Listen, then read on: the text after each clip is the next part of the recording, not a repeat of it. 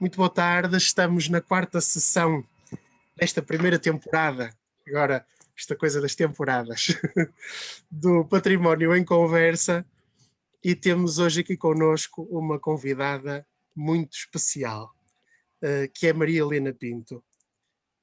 A Maria Helena Pinto vai-nos falar um pouco sobre escola e museus, elos essenciais na educação histórica e patrimonial. Maria Helena Pinto é uma querida colega vimaranense, e aqui temos exatamente a própria, junto do Castelo de Guimarães, numa área que lhe é tão querida e que ela tanto tem estudado. E eu direi algumas palavras sobre esta querida colega,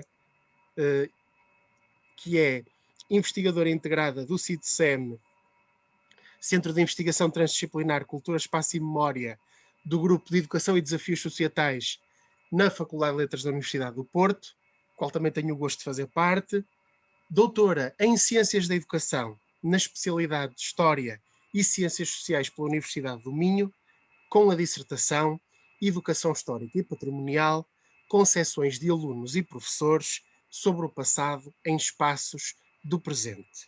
Foi, entretanto, também publicada pelo CIDSEM em 2016.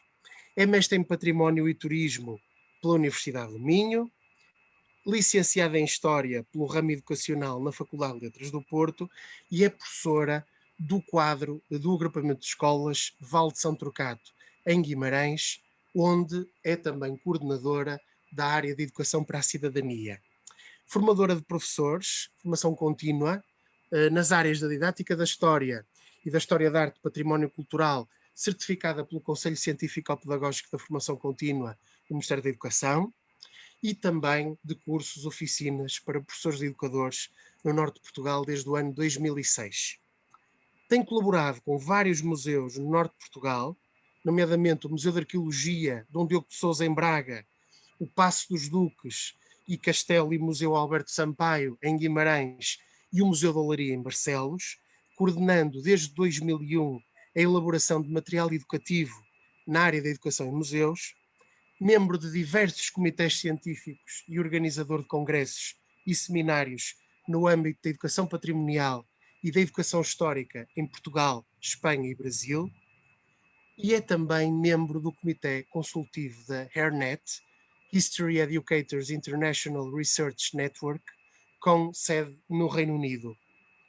Autora de diversos artigos em revistas científicas internacionais, nas áreas da educação patrimonial e educação histórica, e é também, do ponto de vista associativo, membro do Conselho Diretivo da Muralha, Associação de Guimarães para a Defesa do Património, e da direção do Grupo de Amigos do Museu Dom Diogo de Sousa e do Museu Alberto Sampaio. Além do mais, a Maria Helena Pinto é uma reconhecida especialista na educação histórica e patrimonial, membro de diversas redes, e eu queria aqui sublinhar isto. E, Maria Helena, muito obrigada por estares aqui connosco. O IPVC agradece-te por esta partilha de conhecimentos e todos nós estamos aqui muito interessados na partilha de experiências que tu nos vais proporcionar. Muito obrigada pela tua disponibilidade.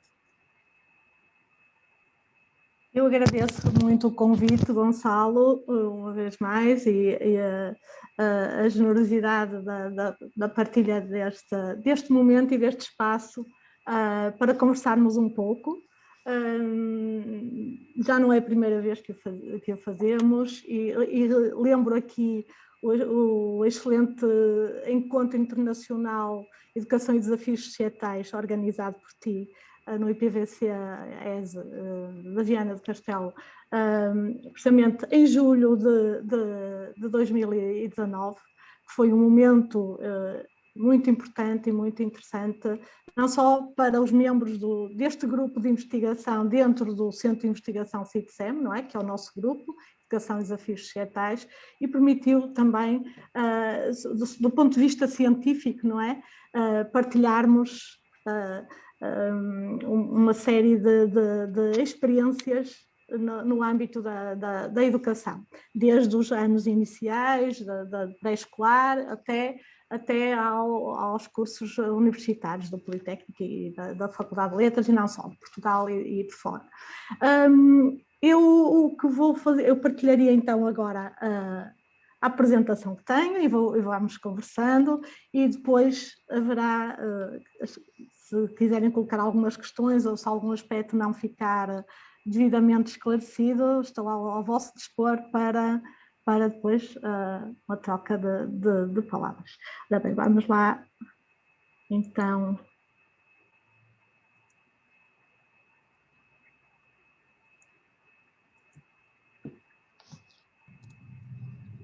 Creio que já estarão a visualizar. Estamos sim, Helena. Muito obrigada. Pronto. Então, nesta conversa, não é, sobre património cultural, eu propus, dentro da panóplia de assuntos que poderíamos discutir, precisamente este tema, Escola e Museu, elos fundamentais na educação histórica e patrimonial, porque me diz muito, me diz muito, em termos de percurso pessoal, profissional e também investigativo, não é? E por isso procurei esta relação, não é, entre a escola e o museu. Mas isto vai ser, esta minha apresentação não vai ser um percurso linear, tal e qual como a história, não é? Que é a minha base em termos de licenciatura e também em termos profissionais. Sou professora de História, sobretudo, além de Cidadania, que acabou por ser introduzida recentemente no currículo, como disciplina autónoma, mas a minha base é então a História. E tal como a História não é linear, não é? Tem avanços, tem recursos, tem mudanças, tem permanências, temos o meu percurso profissional também não é, e há alterações, umas vezes por opção pessoal, outras vezes por questões relacionadas com as próprias a própria legislação, as alterações no currículo, provocadas pelo Ministério da Educação, ao longo destas mais de 2 décadas de trabalho. Então, começaria por situar este percurso em algo que tem sido o meu percurso profissional e que também tem sido a realidade da escola e a realidade dos museus. Tal como na minha tese de doutoramento, eu vou situar-me na educação histórica e patrimonial, mas sem nunca esquecer o papel que os museus têm. Ora bem, esta visão será um pouco na linha da chamada educação formal, ou seja, esta parceria, esta relação com os museus, eu olho esta apresentação, olha, sobretudo no sentido de uma ligação à escola, numa colaboração com a escola, no sentido do desenvolvimento de diversas atividades educativas que procuram adequar-se ao currículo escolar. É essa a perspectiva que eu trago aqui, embora não se fique por aqui, não é? Mas será este o enfoque principal desta apresentação. Então, o contexto, podemos dizer, em termos de epistemológico todo este percurso, é comum quer à escola, quer ao museu, e que é o construtivismo. E se pensarmos na década de 90, na altura em que início da década de 90, quando fiz o meu estágio e depois comecei a lecionar, este movimento do construtivismo já estava a dar os primeiros passos. Chegou aqui a Portugal um bocadinho mais tarde, ou pelo menos já mais para o final da década. De qualquer das formas, a década de 90 é fundamental para esta mudança, não é? É fundamental nesta mudança que, como eu estava a dizer, caracteriza o movimento da escola, não é? E sobretudo da aprendizagem, e também a ligação ensino e aprendizagem, e o enfoque cada vez maior na aprendizagem. E esse movimento também surge nos museus.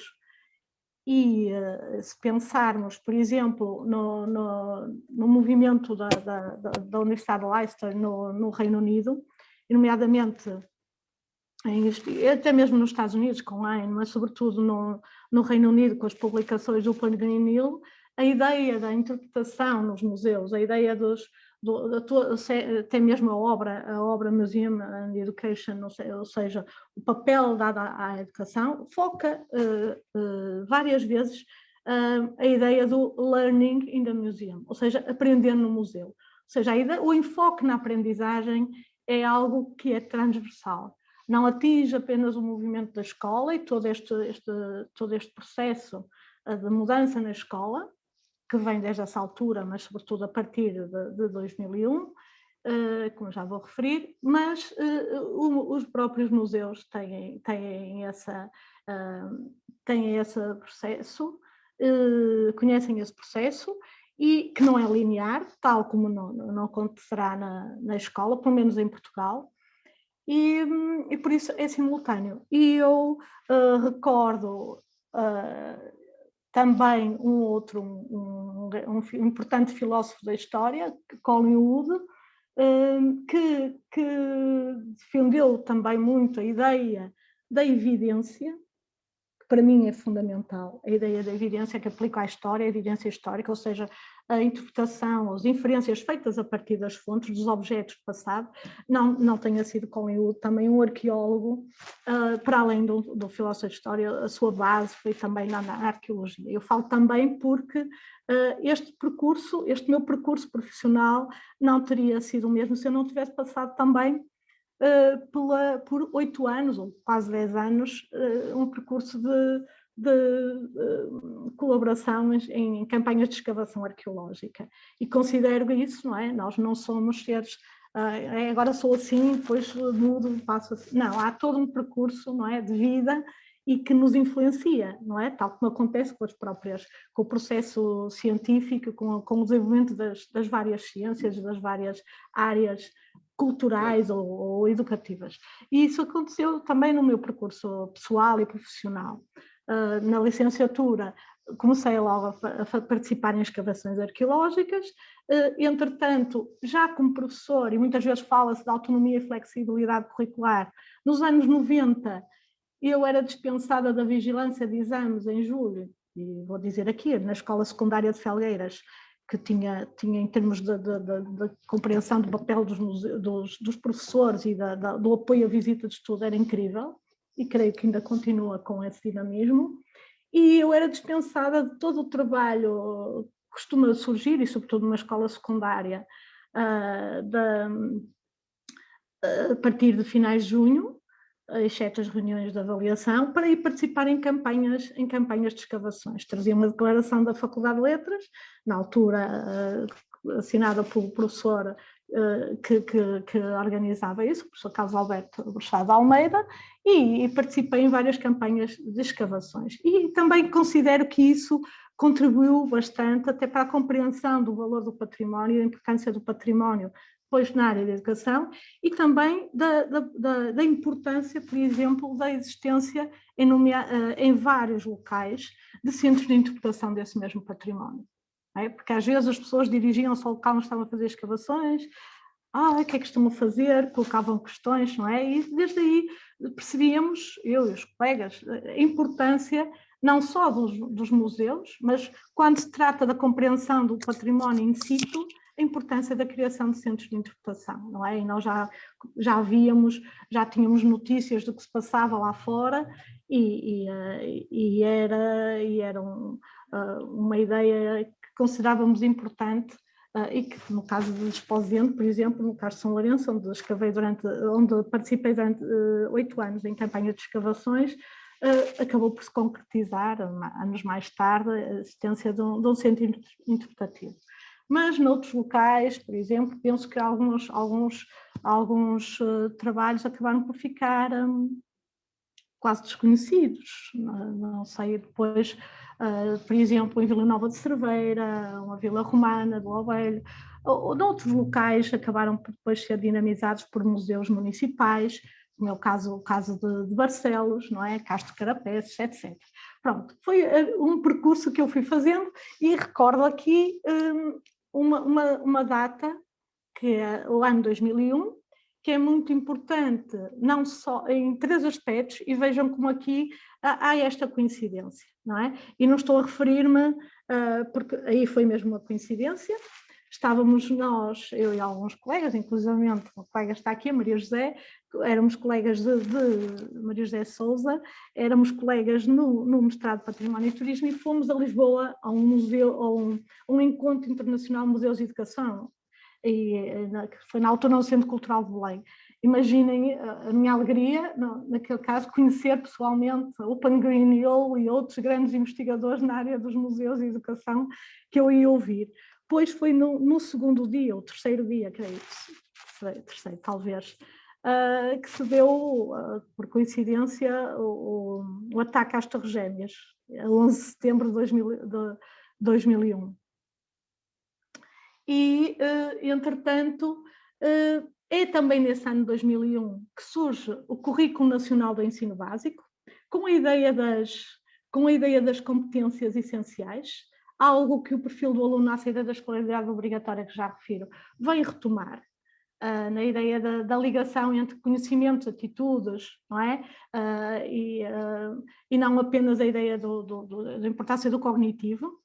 É nesse ano que surge precisamente a Lei do Património Cultural, 2001, por isso é um ano de referência, e é nessa altura então que se realiza esse congresso, ou seja, há aqui uma simultaneidade de situações que não são mera coincidência, corresponde a um caminhar em conjunto no âmbito da educação, e sobretudo esta ideia da aprendizagem, não é? Do Learning Museum, claro, uma influência anglo-saxónica, mas que o nosso país foi acompanhando. E eu que estava nos primeiros anos do ensino, via aqui com muito entusiasmo, diga-se, normalmente sou uma professora que leciona com entusiasmo e faço as coisas que acho que sou entusiasta daquilo que faço. Algumas vezes um pouco mais desiludida, e já falaremos à frente de algumas etapas que considero que houve algum retrocesso, mas penso que também houve na cultura. Mas este processo, assim, não é linear, como eu estava a dizer. E pronto. Passando então a esta, para não demorar muito nesta primeira fase, depois vou-vos dar alguns exemplos. Temos aqui então o perfil dos alunos à saída da escolaridade obrigatória, que vai buscar então a tal ideia das competências, do Currículo Nacional do Ensino Básico, que, entretanto, em 2011, numa fase de retrocesso em termos e de regresso aos conteúdos, a importância das metas, não é? Tudo muito definido, dos conteúdos, este perfil dos alunos à saída da escolaridade obrigatória vai precisamente buscar essa ideia das competências, mas acrescenta, claro, não é? Agora com novos conhecimentos, outras ideias muito importantes, que são associar a ideia do factual e do conceitual também o processual, ou seja, a aprendizagem é um processo, não é? E metacognitivo, e isto é fundamental, esta inserção desta ideia no perfil dos alunos à saída da escolaridade obrigatória. E também será essencial nos museus, como vamos ver. Quando se associa à atividade dos museus também uma ideia de investigação-ação, que é fundamental também na sala de aula, não é? Que o professor assuma a atitude, não é a ideia de que os meninos se tornem pequenos historiadores, não é isso, mas é a ideia de que para se conhecer o passado há que questionar, há que ver diferentes perspectivas e há que comparar o que se sabia antes com o que se sabe no final. Isto é um processo que é importante para os alunos desenvolver, mas é importante para qualquer profissional também, para nós, professores, para nós, para os técnicos de museus, técnicos de serviço educativo, não é? Quando os jovens chegam a uma visita, não é? Muitas vezes fazem alguns questionários. Gostaste da visita, não gostaste, o que é que gostaste? É a altura de se ir para além disso.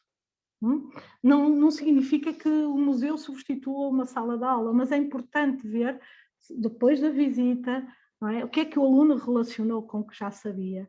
Claro que cabe aos professores também fazer isso, a visita se faz no âmbito de uma visita de estudo, não é? Que está ligada às atividades curriculares. cabe às pessoas fazer isso. Mas por que não também introduzir nos museus, não é? É uma ideia que surgiu neste último relatório dos Museus do Futuro, não é? Que tem sido falado, e até num congresso que decorreu esta semana. Por que não introduzir isso também? É a ideia do construtivismo, é a ideia de partir do que as pessoas sabiam antes e o que aprendem de novo, não é? Seja num sítio arqueológico, seja no museu. Isso, e depois temos o outro lado, não só a leitura do património, desde um simples fragmento até um espaço patrimonial, passando depois para a ideia da consciência patrimonial, que está muito relacionada à atitude de uma cidadania patrimonial. A ideia da defesa do património, a ideia da sua valorização, a ideia da compreensão dos diferentes usos que se podem dar a um mesmo espaço patrimonial, não é? Não significa que ele fique estático sempre, não é? O património é uma construção e os sítios patrimoniais podem sofrer mudanças, podem ser usados com outros fins, desde que seja respeitado esse bem patrimonial, não é que é um bem de todos, está garantido na Constituição, ou pelo menos está lá contemplado. Ora, por isso mesmo, agora avançando, este uso sistemático, esta ligação às fontes patrimoniais é comum eu já fui adiantando este aspecto, à escola e ao museu. Em atividades desafiadoras, não apenas atividades lúdicas, mas sim atividades, claro, elas são importantes, não é? Também porque o museu tem um caráter diferente da própria escola. E a própria escola deve inserir também atividades lúdicas, a ideia do jogo, da interatividade é fundamental no ensino, não é? Temos que atualizar, não se pode dizer isso apenas aos museus. O próprio ensino e o processo de ensino-aprendizagem tem que ser adequado. E esta pandemia, não é, veio-nos mesmo quem não tinha tomado consciência disso, acabou por ter que tomar consciência dessa situação. É? Adequar instrumentos, adequar materiais, tudo isso. É? Importante as concepções prévias, o que se sabe antes, mas isso não tem sentido, compreender as concepções prévias se a aprendizagem não for situada, se não for contextualizada, ou seja ela onde for, se as pessoas não, sejam eles crianças do pré-escolar, sejam adultos, se não atribuírem significado a isso, imediatamente é esquecido, ou dali a algum tempo é esquecido, ou então alheiam-se do processo de observação a meio do percurso, porque é preciso atribuir significado ao que se está a ver, ao que se está a observar, ou ao que se está a aprender. Ora, esta ideia de fonte patrimonial é algo que eu sempre defendi, a ideia do património como fonte. Muitas vezes utiliza-se o termo património como recurso educativo. Não é que esteja errado a utilização do termo recurso, não é? Utilizamos a palavra recurso para para vários materiais, para vários instrumentos de trabalho, mas o termo fonte vai mais longe do que isso, não é? Porque a fonte é o ponto de partida para que o património se torne evidência, para que se interprete esse mesmo património. Pode ser uma fonte documental, iconográfica, o que for, ou até mesmo imaterial, mas esta ideia é mais profunda do que a ideia de recurso, não é? O recurso é como um meio, a fonte não, é a base a partir do qual se faz essa interpretação.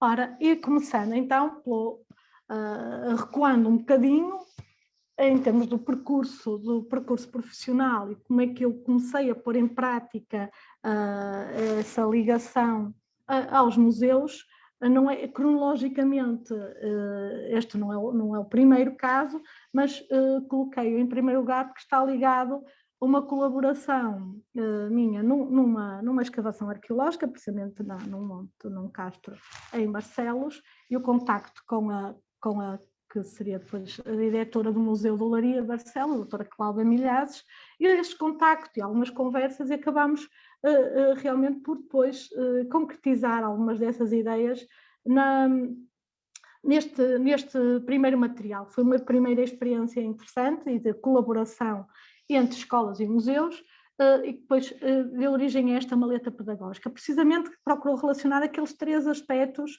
ou pelo menos 2 deles, o da história local e o do património como fonte, nesta maleta.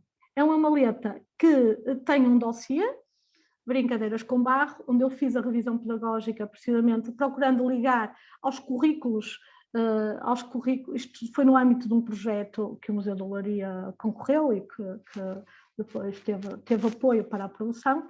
Fez esta maleta que tem lá dentro, vejam lá, naquela altura ainda VHS, não, ainda não eram tem também um CD, e depois uns teques, barro e alguns materiais, mas como amostras apenas, não é? Porque a ideia depois era os alunos dos vários níveis educativos irem ao museu e fazerem oficinas de trabalho com o barro.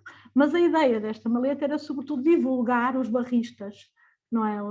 A olaria de Barcelos, que era desconhecida de alguns, embora hoje em dia tenha uma divulgação maior, sobretudo dos documentários, mas este material foi muito interessante na altura porque permitiu precisamente fazer chegar às escolas toda essa informação. E depois com caráter interativo também, através do CD. Pronto, lá está a ligação da história local ao museu, um museu de referência em Barcelos, e depois as escolas, e sobretudo permitindo depois fazer várias visitas, várias atividades, várias oficinas com os alunos dos diferentes níveis negativos, dos diferentes níveis de escolaridade. Agora, uma outra referência, o Museu Alberto Sampaio aqui em Guimarães, onde resido, e que foi realmente o primeiro com o qual colaborei, nomeadamente com a diretora, que atualmente também é diretora do Museu do Paço dos Duques de Bragança e Castelo, a doutora Isabel Fernandes, que estará connosco daqui a algum tempo também neste património em conversa, e esta ideia, a ideia da ligação entre as escolas, entre o contexto, o meio onde está inserido, é realmente algo que este museu tem feito de uma forma exemplar há várias décadas. Sobretudo com os alunos do primeiro ciclo, uma ligação muito grande com o próprio município, e foi aqui também, na altura em que eu estava a fazer um mestrado em Património de Turismo e a doutora Isabel Fernandes foi docente de uma parte curricular, de uma unidade curricular, e então, em conversa também, iniciei a minha colaboração com este museu, nomeadamente através da ligação ao espaço do Centro Histórico Envolvente, nomeadamente à realização, no âmbito de alguns dias comemorativos, de alguns percursos educativos, aqui ainda numa forma muito incipiente, procurando algumas imagens, alguma explicação, mas depois fazendo atividades no exterior do museu, porque é isto que o museu procura fazer, não só o museu, mas depois o espaço envolvente, e nomeadamente algumas pequenas oficinas, isto aqui no âmbito do Dia Internacional dos Museus, com o qual colaborei, e depois com as escolas. Neste caso, a escola cujo agrupamento eu pertenço, em Santo Turcato, numa recriação histórica da época quinhentista, nomeadamente até da reconstituição de uma caravela aqui numa zona, e depois o museu, uma zona inferior, e depois o museu emprestou trajes, não é, que eram usados na Feira Joanina, que se realizava há uns anos, e noutras atividades de dramatização do museu. Ou seja, além de emprestar materiais, fizeram-se várias atividades, nomeadamente no âmbito do projeto A Minha Escola Adota um Museu, e essa parceria foi constante. E continuou, por exemplo, na atividade de mestrado, em que foram os meninos que participaram no serviço educativo, nas atividades do serviço educativo do museu, que foram parte da amostra do estudo de mestrado, ou seja, aqui já foi uma colaboração científica também, não só, embora o orientador tenha sido o professor Francisco Santos Lemos, e a co-orientadora, a professora Isabel Barca, que mais tarde seria a minha orientadora de doutoramento, e daí a minha ligação à educação histórica também. Mas num desses percursos, desse estudo para a dissertação de mestrado, fez-se a gravação, lá está, do diálogo dos jovens, e alguns 8, 9, 10 anos até aos 14 anos, a ideia também de levar alunos de diferentes idades para estimular este diálogo e este questionamento, e sobretudo esta ideia do olhar, de um olhar verdadeiro, não é? E este comentário da Alice já tinha passado aqui tantas vezes e nunca reparei naquela casa antiga, a Casa das Rótulas. Ainda por cima tem um grande edifício dos Correios, que agora está inativo, que foi construído em frente e apertou completamente este edifício. E no percurso que fizemos, passamos por aqui e foi espontâneo, não é? A ideia de como é que um museu, seja uma visita escolar, podem alterar este olhar. Um olhar turista, não é? O tourist gaze, como é conhecido da bibliografia dos museus, mas aqui não é, pertence um olhar diferente, um olhar, um observar, não é? E a partir daí questionar e tentar saber mais. E com certeza estes meninos, pelo menos alguns encontrei mais tarde, e lembravam-se ainda de algumas das observações que tinham feito e das conclusões a que se tinha chegado, dessa observação mais atenta e da relação com outros espaços. E falando de outros espaços, um dos materiais utilizados nesse documento do trabalho de mestrado foi a utilização de imagens, nomeadamente algumas que são do Arquivo da Muralha, Associação de Defesa do Património, qual eu faço parte, então, como já foi referido por Gonçalo no início, e porque há um fundo fotográfico incrível que está no Arquivo Municipal Alfredo Pimenta e que várias cidades têm também fundos fotográficos muito bons, sobretudo da segunda metade do século XIX. E é interessante aqui, na altura em que eu fiz este trabalho, utilizei essencialmente esta imagem e esta. Ou seja, o Largo do Toural, que é, de certa forma, uma sala de visitas de Guimarães, com um jardim da burguesia do final do século, e com grade, não é? E ligado a um determinado contexto. E depois,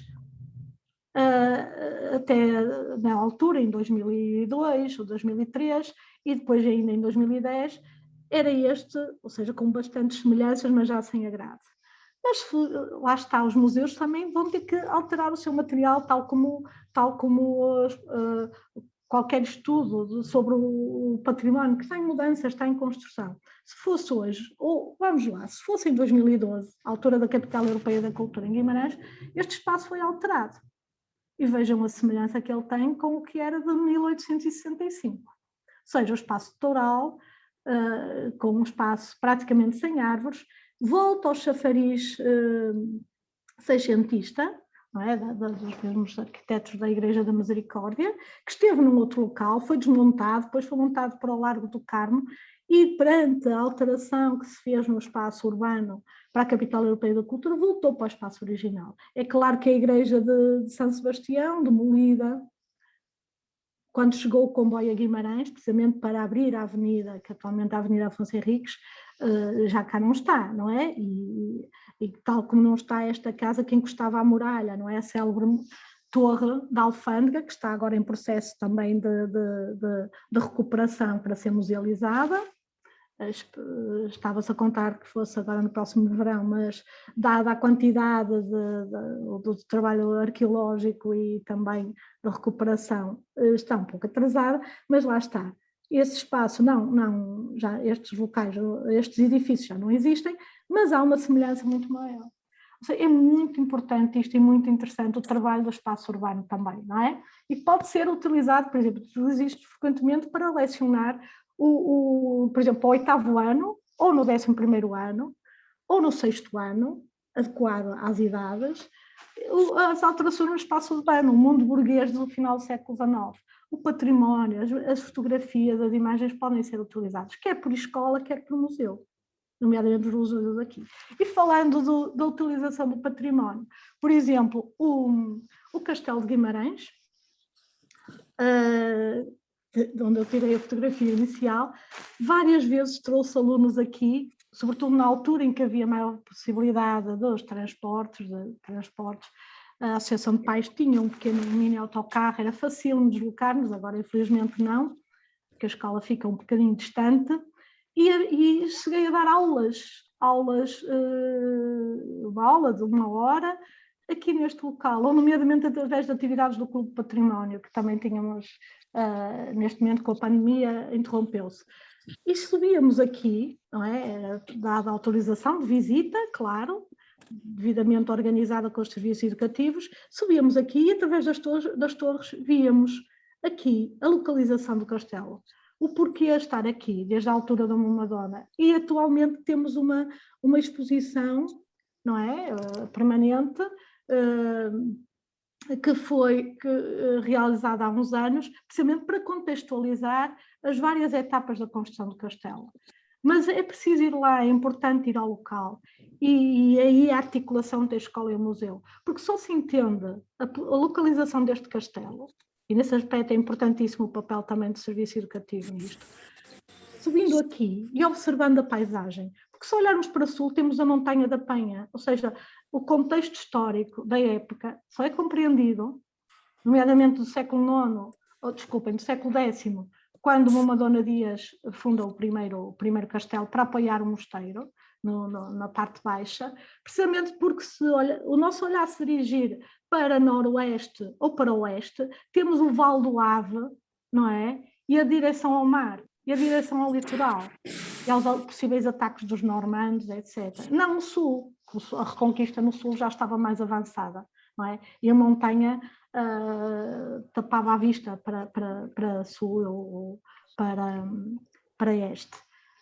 Por isso é importante este conceito. E sobretudo também é importante que os alunos, ou que numa cidade que é um pouco bairrista, embora já tenha sido mais, e acho que quer a escola, quer os museus têm tido um papel importante nesse aspecto, de ajudar a construir identidades mais inclusivas e menos exclusivistas, mais inclusivas, de abertura ao outro, não é? De compreensão do contributo de todos e não só do local, mas também da relação com o nacional destes locais. E foi essa a intenção da criação deste livrinho, que sou autora do texto com revisão científica do professor Mário Barroca e Luís Amaral, da Faculdade de Letras do Porto, e a ideia foi também, com o arquiteto de Providência, que é o autor da exposição, criar-se um livro que é oferecido, que é comprado pelas escolas, ou oferecido no caso de uma visita completa ao Paço dos Duques, mas a ideia era, por um lado, evitar a confusão entre os Afonsos, o Afonso do século XII e o Afonso Duque de Bragança. É? Que na última visita guiada do programa da RTP2, a doutora Isabel Fernandes clarificou tão bem.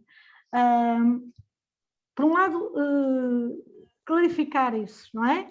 Dada a proximidade do Castelo e de Paços Duques. Por outro lado, a importância de se não nos focarmos numa personagem, não nos focarmos num herói, entre aspas, mas sim na sociedade da época.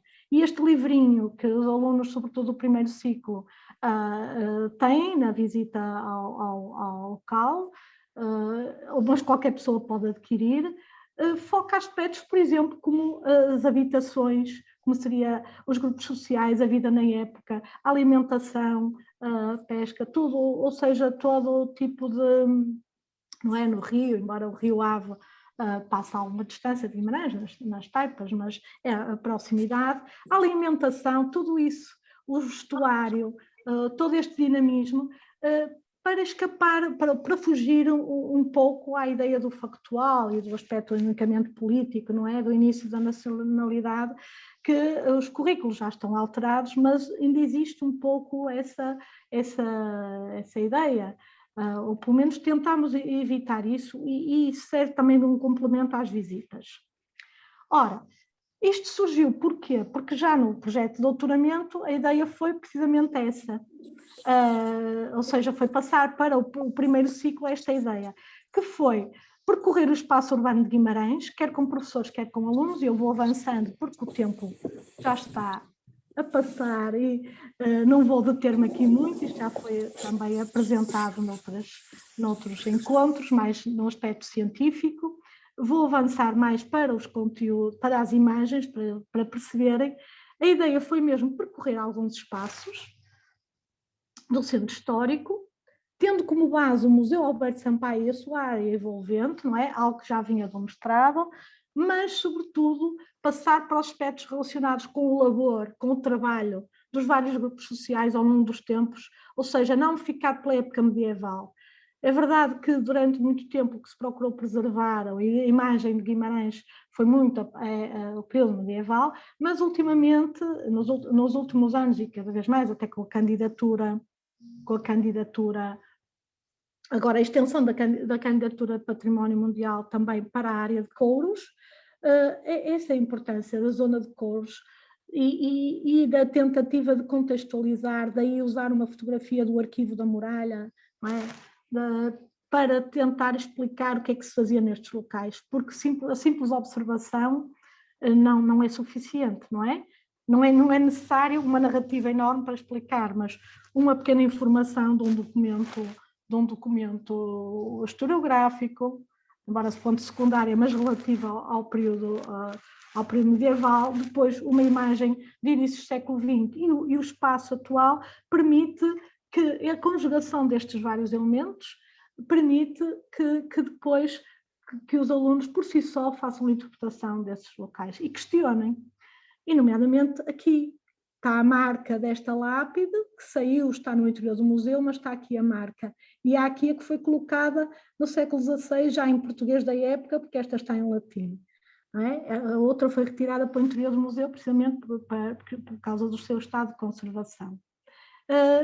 Mas os alunos fizeram a observação do que aqui estava, claro, com algum apoio do texto, da transcrição do que aqui está, mas depois toda a iconografia utilizada foi interpretada pelos alunos, como também foi o albergue de São Crispim, de protetor dos sapateiros, que depois se procurou relacionar com a zona dos tanques de Cortumes, e alguns deles, não todos, porque depois há processos diferentes de construção do conhecimento, mas alguns deles, e muitos deles mais novinhos, de 12 anos, alguns mais facilmente do que os 10º anos, porque procurei fazer o mesmo percurso com idades diferentes, e realmente os de 7º ano questionaram muito mais. Ainda estão com aquela problematização, não é? O questionamento. Infelizmente, o secundário, com exames e com todo o processo de programa muito extenso, embora os anteriores também sejam extensos, mas no secundário muito mais, o questionamento, não é, vai diminuindo, o que é uma pena. E aí, museus e escolas temos que trabalhar em conjunto, não é? E foi isso a conclusão a que cheguei na tese de mestrado, de doutoramento, mas não podemos ficar por aqui, não é? O trabalho continua. E o trabalho continua, sobretudo, quando continua também nos museus. E um exemplo disso é o Museu de Arqueologia Dom Diogo de Sousa, em Braga, com o qual tenho colaborado já desde 2003, mas nos últimos anos, não só a revisão de alguns elementos materiais para o serviço educativo, mas sobretudo agora sim, e noutra parte muito importante, que também é a investigação-ação. Não é? E há elementos técnicos nos museus, nas empresas de arqueologia, nos sítios arqueológicos, nos centros de interpretação. É muito importante esta colaboração. E por que não, a ida a congressos, a participação em encontros, não é? De que esta conversa é um exemplo. Eu dou aqui um exemplo de um trabalho interessante que partiu de uma iniciativa do Museu de Arqueologia. Agora não recordo se foi no âmbito de um concurso específico do museu ou se foi no Adota um Museu. Pronto, isto é uma reconstrução em Lego feita por um aluno cego que era meu aluno e era elemento do Clube Património. O professor de ensino especial usou, que não tínhamos meios, uma esferovite. Não é esferovite, é aquele material que se utiliza para pôr as plantas, não é? Para absorver água. Pronto, não sei, uma espuma. Recortou de acordo com uma imagem das termas de alta cidade em Braga, junto ao Museu Dom Diogo, e ele tocou e reconstituiu com este realismo, a própria palestra, com as pessoas a fazer o exercício e depois a parte das termas romanas. Era um aluno de 7º ano, cego. Por isso, se nós motivarmos os alunos, se os levarmos a participar, apenas com uma explicação de como era a área o seu trabalhinho ficou lá exposto há algum tempo numa pequena exposição temporária.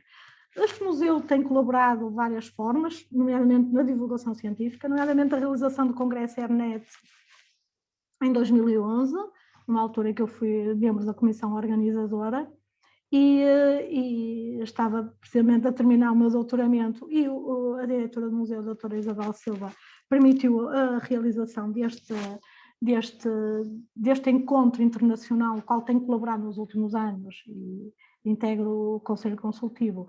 Precisamente este espaço permitiu então a sua realização, tal como alguns encontros de educação patrimonial há uns anos, com a colaboração, com o apoio da Câmara Municipal de Braga, e também da Universidade do Minho, nomeadamente do CIED, onde eu fui investigadora integrada antes, na altura do doutoramento e 2 anos depois, e também temos então produção científica também, a realização de atividades no âmbito da Braga Romana, não é? Da Acre Augusta, do Dia Internacional nos Museus, um trabalho que eu já tinha feito com réplicas, fez também depois com objetos, em sala de aula, fez com objetos no museu, e depois resultou daqui um trabalho, uma apresentação num Congresso de Educação Patrimonial em Madrid, que se realiza de 2 em 2 anos, coordenado por Oleia Fontal, que é a diretora do Observatório Internacional, do Observatório de Educação Patrimonial de Espanha. E 2 em 2 anos realiza-se esse congresso em Madrid, vão investigadores de várias áreas e apresentamos um trabalho conjunto feito quer no museu, quer na escola, Pinto, Silva, Sousa e Teixeira, que já foi publicado. Ou seja, este dinamismo é importantíssimo que se faça. Não é o facto de estar ligado a um centro de investigação, isto implica investigação-ação, ou seja, o trabalho feito na escola, trabalho em parceria no museu, investigações com públicos diferentes para compararmos resultados, e isto é muito importante. E eu falo agora para os alunos dos mestrados, sejam eles de educação básica, sejam os alunos deste curso, não é? Deste curso Património Cultural, porque não começarem já a pensar nessas parcerias? Agora é o momento, ou seja, investir no futuro. Se começarem já dentro das vossas áreas específicas, não é? A pensar nessas parcerias e até fazer trabalhos colaborativos, intercursos, porque não já estar a experimentar uma prática que daqui a algum tempo podem fazer, não é? A nível profissional. Porque é na colaboração que está o caminho, e não em caminhos separados. Muitas vezes estamos a investigar áreas idênticas ou chegamos a conclusões idênticas e não conhecemos os trabalhos uns dos outros. Portanto, eu aqui vou avançar, porque já fui falando. Isto foi a prática na sala de aula, numa altura em que não havia dinheiro para fazermos visita de estudo. Não significa que agora haja, mas essa foi uma fase muito negativa, mesmo em termos de apoio do Ministério.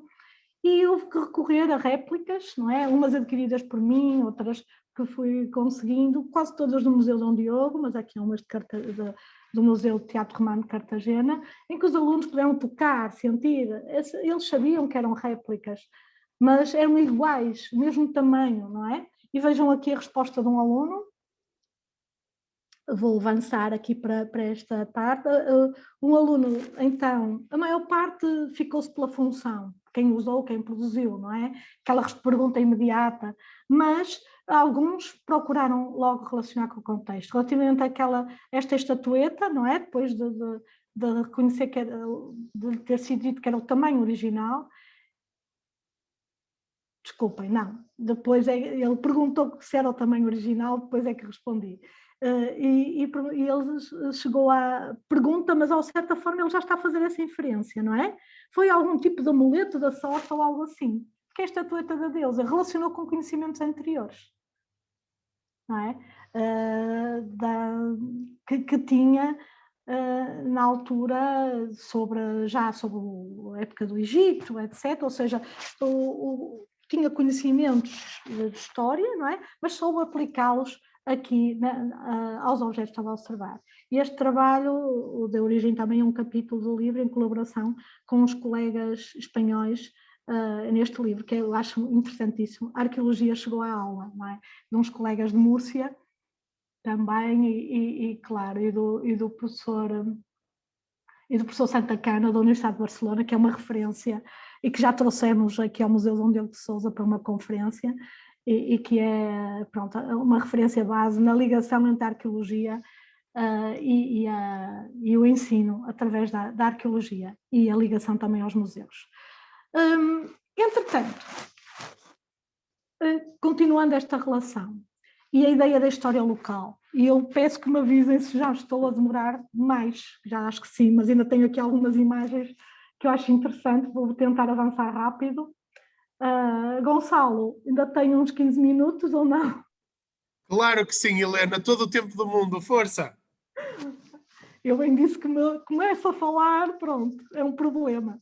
Ora bem, então, aqui acho realmente esta parte final é importante, estes 3 últimos aspectos. Um deles é, no âmbito da flexibilidade curricular, é permitido aos agrupamentos, às escolas, a criação de disciplinas de oferta de escola.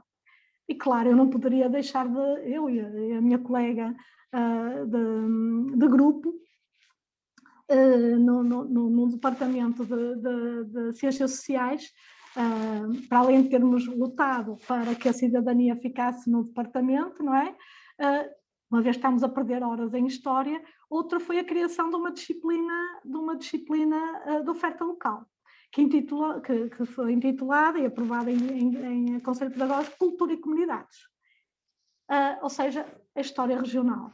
E como perdemos no 8º ano 1 hora semanal, isto permitiu-nos abordar temas de história local que ao mesmo tempo fossem um complemento ao currículo de história, mas não só, tenham um âmbito mais lato. E um dos temas foi a cultura castreja, que é tão pouco ou nada abordada no programa do 7º ano.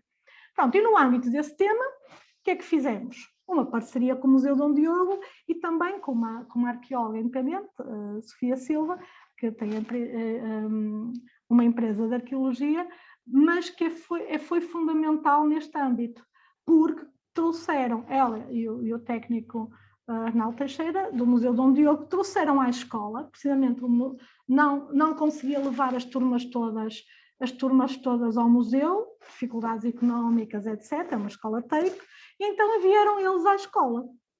Mas não vieram com um PowerPoint, vieram com tudo, mesmo, inclusivamente a lousa, onde se indicou o setor arqueológico, não é, que foi o AEFS, o agrupamento.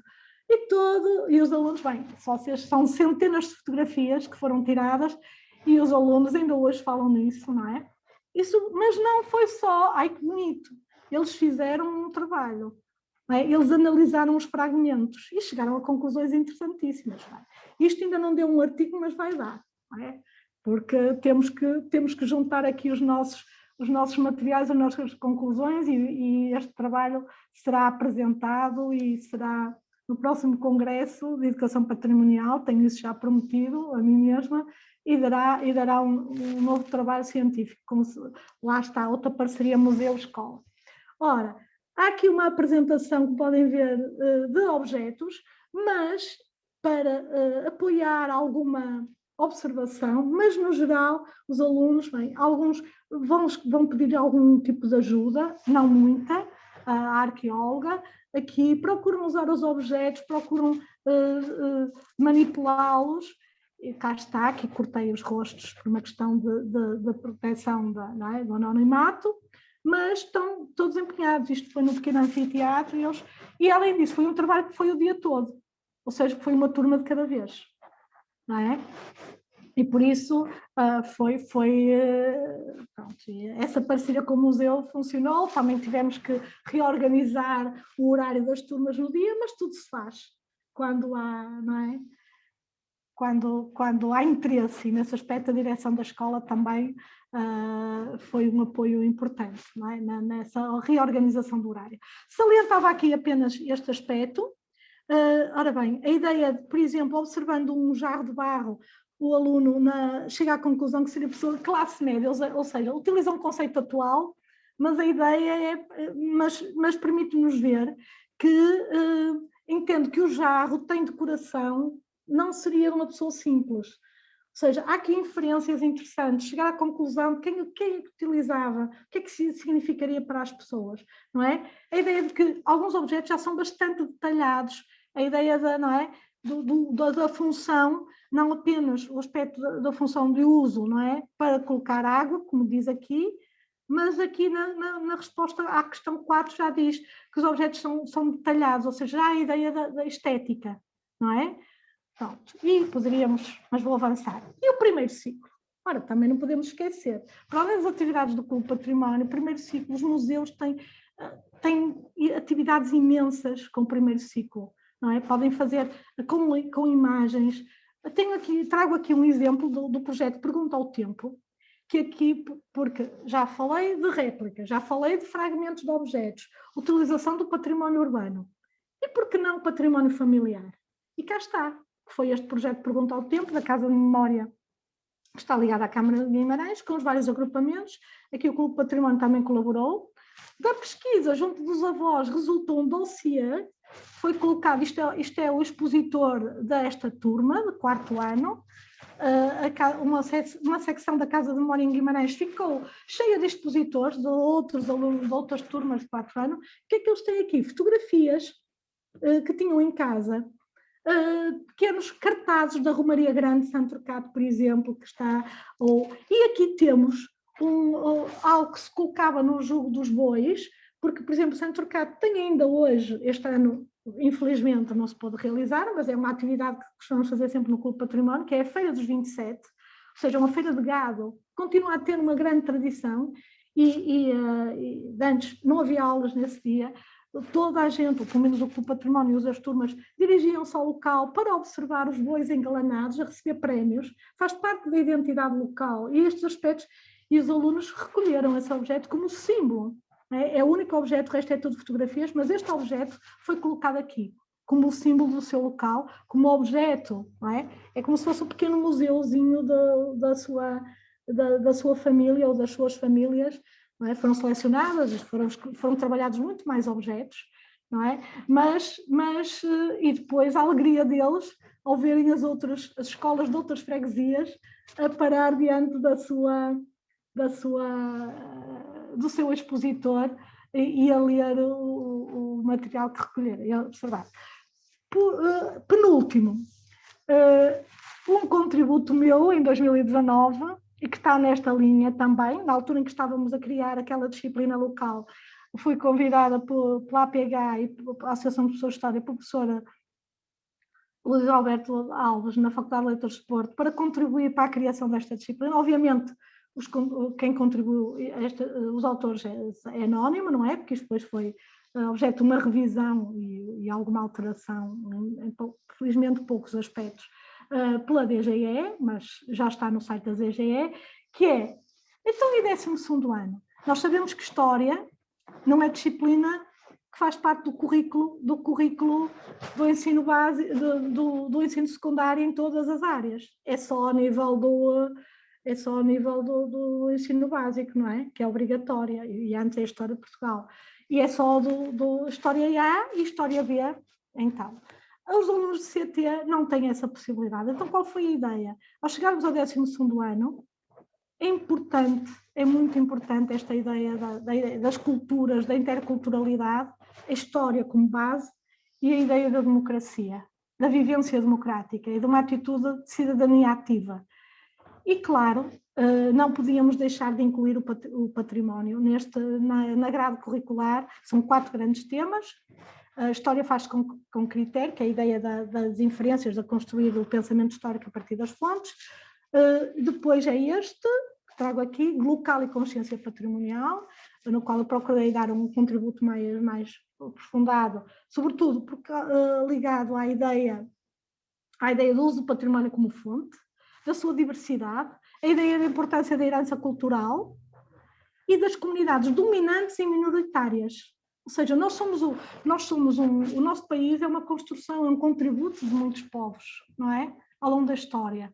E muitas vezes não se dá o devido valor ao contributo dos diferentes povos, não é? Estejam eles ligados a religiões diferentes ou não. Olha o contributo dos judeus, não é? Sobretudo na zona raiana, desde Belmonte, Miranda do Douro, ainda há pouco tempo falado. O contributo dos muçulmanos, e eu aqui refiro rapidamente, agora com exemplos que estão no site da APH e também na DGE, que depois a ideia é que as pessoas, os professores, escolham os temas, não é? Escolham os vários temas, escolham estratégias diferentes dentro de cada tema. Depois há o tema dos passados dolorosos e o tema da história e tempo presente, a relação passado-presente. E então, por exemplo, aqui utilizo o exemplo do Museu da Farmácia. O próprio diretor do museu contactou-me, entretanto, através da PH, que achou interessante este exemplo do Museu da Farmácia no âmbito desta disciplina, para relacionar com as boticas dos mosteiros. E aqui o processo de industrialização. Isto é um exemplo que eu tenho na disciplina de Cultura e Comunidades, nomeadamente o património industrial do Val do Ave e a sua relação com uma exposição realizada no Arquivo Municipal, com fotografias da época, com objetos, porque muitas destas fábricas já não existem, ou foram demolidas para outros, ou estão em ruínas ou foram demolidas. Por isso, é outra área importantíssima aqui, sobretudo para os alunos que vão para as engenharias, não é? Alunos que estão na área de CNT, que estão a pensar em ir para as engenharias ou para a biologia, etc. É importantíssima esta perspectiva histórica. E para terminar, por exemplo, a dieta mediterrânica, o património material ligado às outras culturas e religiões. Basta pensar, por exemplo, na descoberta dos vestígios islâmicos na sede de Lisboa, não é? Tão polémica. E é um assunto interessantíssimo para debater e para relacionar com os espaços, por exemplo, com o Museu de Lisboa, com os espaços romanos, não é? E depois os espaços islâmicos. Isto em qualquer ponto do país. E aqui no norte, não é? Fala aqui da dieta mediterrânea, mas a gastronomia do Minho, tentar que se diga. E o vinho verde, não é, Gonçalo? Tem muitos elementos, não é? E agora, para terminar, desculpem, mas não posso deixar de falar disto, um projeto no qual estou integrada há 4 anos, que é coordenado pela Universidade do Elva, lá está na Andaluzia, ligada a esta, e que tem sido desenvolvido também em colaboração com a professora Alice Semedo, da Museologia no Porto, e com outra colega, a Clotilde Avelar Teixeira, que é brasileira, de Minas Gerais, lá está uma zona patrimonialmente também tão interessante, mas que veio para cá para fazer o pós-doc, e integramos este projeto. E apresentamos precisamente um trabalho feito no âmbito da cidadania, no caso da escola, no Poupar está o Ganho, com o Museu Papel Moeda, não é? Da Fundação Cupertino de Miranda. Cá está 2 trabalhos no âmbito da escola e do museu que permitiu fazer este trabalho científico. Qual é a base? E eu aqui chamo a atenção para isto, porque no nosso país não se dá a devida importância a uma convenção que foi realizada em Faro. Os nossos colegas espanhóis baseiam este seu projeto, o projeto EPITEC, que eu já referi, Educação Patrimonial para a Inteligência Territorial e Emocional da Cidadania, análise de boas práticas, desenho e intervenção no ensino obrigatório. Pronto, o ensino obrigatório, no caso espanhol, é até aos 16 anos, corresponde à ensinança secundária obrigatória, que termina correspondente ao nosso 10º ano. E este trabalho conjunto, já resultaram aqui várias teses de doutoramento. No âmbito disto, é muito importante isto aqui, atenção museus também, e a ligação ao território. Esta ideia da inteligência territorial e emocional, ligada à cidadania, é fundamental em educação patrimonial e em educação histórica. porque a aprendizagem não é apenas cognitiva, não é? A aprendizagem das emoções, e aqui, por exemplo, uma tese de doutoramento feita neste âmbito que eu arguí, abordou a gamificação, o tema da gamificação, em colaboração com a inteligência territorial e emocional. Alunos com muitas dificuldades de aprendizagem, com uma mudança nas práticas e com uma ligação a um projeto de um museu, alteraram completamente os seus resultados de aprendizagem. Pronto, foi o objeto dessa tese. E esta convenção foi feita em Faro, em 2005, para o valor cultural. E vejam, eu termino aqui com isto, porque terminava como comecei. A inclusão da dimensão cultural do património em todos os níveis educativos. E atenção, só agora o perfil dos alunos à saída da escolaridade obrigatória veio trazer isto. Isto é 2005, foi feito cá em Portugal. E volto a dizer, não lhe demos o devido valor. Eu, quando fiz a minha tese de doutoramento, não tive acesso a este documento. E ele já existia. Não é? Foi divulgado, porque também só foi ratificado pelos diferentes países mais tardiamente, não é? E alguns ainda não o ratificaram. Não necessariamente como objeto de estudo, mas como uma fonte para diversos estudos em diversas áreas. Cá está. A educação patrimonial é de âmbito transdisciplinar. E é uma fonte. Pronto, eu termino aqui. Desculpem, alonguei-me muito, mas estou ao dispor para de maneira nenhuma, Helena, de maneira nenhuma. Estávamos aqui outra hora, se fosse preciso, ouvir-te mais do que esta. Foi uma conversa extraordinária, magnífica. Deixaste aqui imensas pistas. Olha, eu peço só desculpa, só interromper, porque eu estou agora aqui a ver a Sílvia Araújo, que foi uma aluna de mestrado que eu arguí, tem um trabalho excepcional. Olá, Sílvia, não podia, desculpa interromper, Gonçalo, mas nada. Excepcional, ligado à Rota do Românico, dos melhores, a melhor, pronto, um pouco da melhor, porque espero continuar a avaliar dissertações, mas um trabalho como deve ser, de ligação a uma rota patrimonial, a um monumento e ao ensino de história. Boa tarde, doutora Helena, boa tarde, doutor Gonçalo. Estava aqui atenta a ouvir, olha, obrigada pela menção ao meu trabalho. Não, olha, estou aqui, não é? Portanto, a educação patrimonial ficou mesmo. Obrigada por tudo, pelo seu contributo. Obrigada.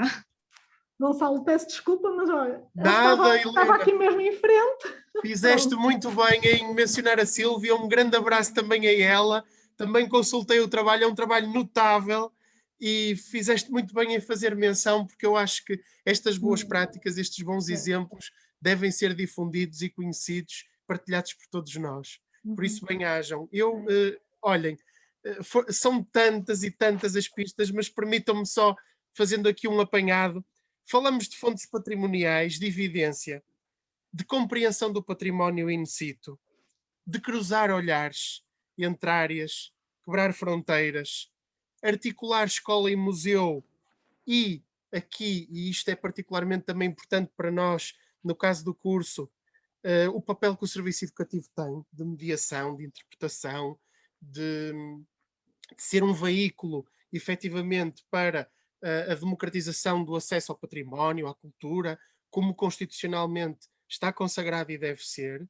Depois, a importância do ano de 2001 como ano de referência, onde tivemos a Lei de Bases do Património Cultural, as competências essenciais, as experiências do Learning in Museum, a importância fundamental de questionar, do património não ser estático, mas de ser uma construção, de desafiar os nossos alunos e as nossas instituições e os profissionais, de fazer uma aprendizagem situada e contextualizada e de valorizar a paisagem histórica e cultural ao longo do tempo, com as várias leituras, e foi aqui, entre outras, eu sublinho o exercício que foi aqui feito, interessantíssimo, sobre o Largo do Toural, por exemplo, e sobre Guimarães ao longo do tempo, interessantíssimo. A Convenção de Faro de 2005, obrigada por teres referido, também a desconhecia totalmente, ou seja, Helena, aquilo que disseste no princípio não é verdade.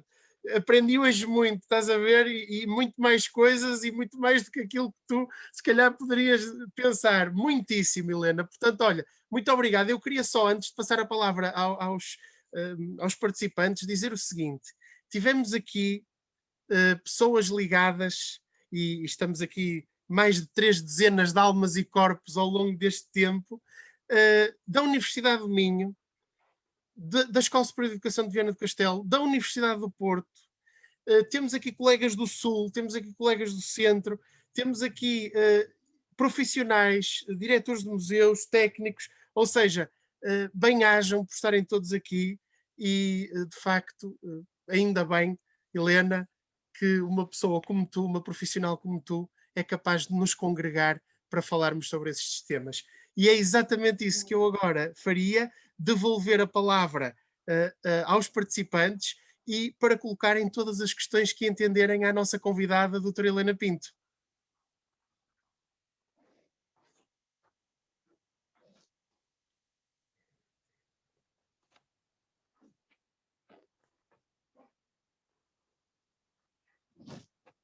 O que custa é a primeira pergunta. Bem, então se me permitem... Força! Posso? Pronto, eu sou a Sandra, sou aluna de mestrado da Universidade do Porto, de mestrado de ensino de História, do terceiro ciclo e ensino secundário, e gostava de dar os parabéns antes de mais pela iniciativa. Tive conhecimento através das redes sociais, precisamente pela página do Museu Dom Diogo de Sousa, que conheço e que frequento sempre que posso. Tenho pena que esta palestra não tenha sido realizada há uns tempos atrás, antes de eu fazer precisamente o estágio, porque eu estou a concluir o estágio. E tudo porquê? Porque vai completamente de encontro a tudo que eu estou a desenvolver ou que eu não consegui de todo desenvolver. Precisamente porque eu sou licenciada em Arqueologia, vai fazer quase 20 anos, sempre trabalhei, eu tentei trabalhar na área da arqueologia, mas como toda a gente deve compreender, não é de todo fácil, mas também sempre estive ligada ao ensino, dei aulas em escolas profissionais durante 10 anos. Fui deixando avançar até o momento que me foi obrigado a tirar a profissionalização, e nesse sentido decidi avançar precisamente para o mestrado, onde sou acompanhada pelo professor Luís Alberto Alves e pela professora Cláudia Ribeiro, que tenho um carinho e um apreço especial, porque são pessoas fantásticas, e que eu não conhecia de todo, porque eu tirei a licenciatura em Lisboa e foi assim, foram 2 almas, 2 anjos que me caíram à frente, e precisamente deram uma indicação da professora Helena, peço desculpa, da professora doutora Helena Pinto, precisamente porque aquilo que eu estou a dizer, o trabalho que eu estou a desenvolver, ou que eu tentei desenvolver junto dos alunos no estágio que estou precisamente agora a realizar, é a utilização de materiais em sala de aula. Uma vez que eu tenho conhecimento e que tenho acesso e que procurei, à semelhança do que a professora disse há bocado, comprei réplicas precisamente para ter todo o material, comprei maquetes também da National Geographic e procurei na internet qualquer tipo de maquete que me pudesse realmente ajudar. Só que lá está, fui um bocadinho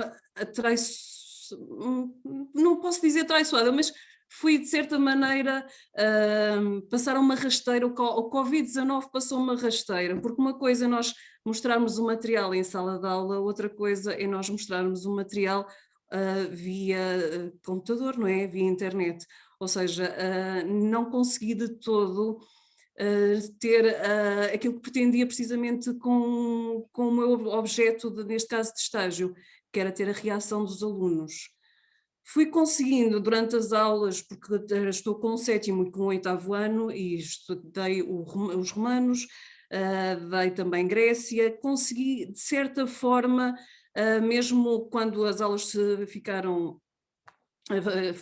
passaram para o sistema online, consegui de certa forma transmitir, consegui fazer uma visita de estudo inclusive a Conímbriga e mostrar materiais, fiz um mini museu, pronto, reinventei um bocado dentro dos possíveis, tentei reinventar uma visita de estudo e uma aula mais dinâmica, e acho que consegui um bocadinho, mas é um conforto e é muito bom quando os alunos, nós sentimos o feedback por parte dos alunos, e precisamente porque eu fiz o inquérito, porque eu precisava de saber que a importância e o impacto dos materiais junto dos alunos, e é tão bom quando eles dizem as aulas ficam muito mais interessantes, as aulas, fiquei a saber mais, é bom termos contacto, porque eu nunca tinha visto e fiquei com vontade de conhecer Conímbriga presencialmente, isso é uma satisfação, é fantástico.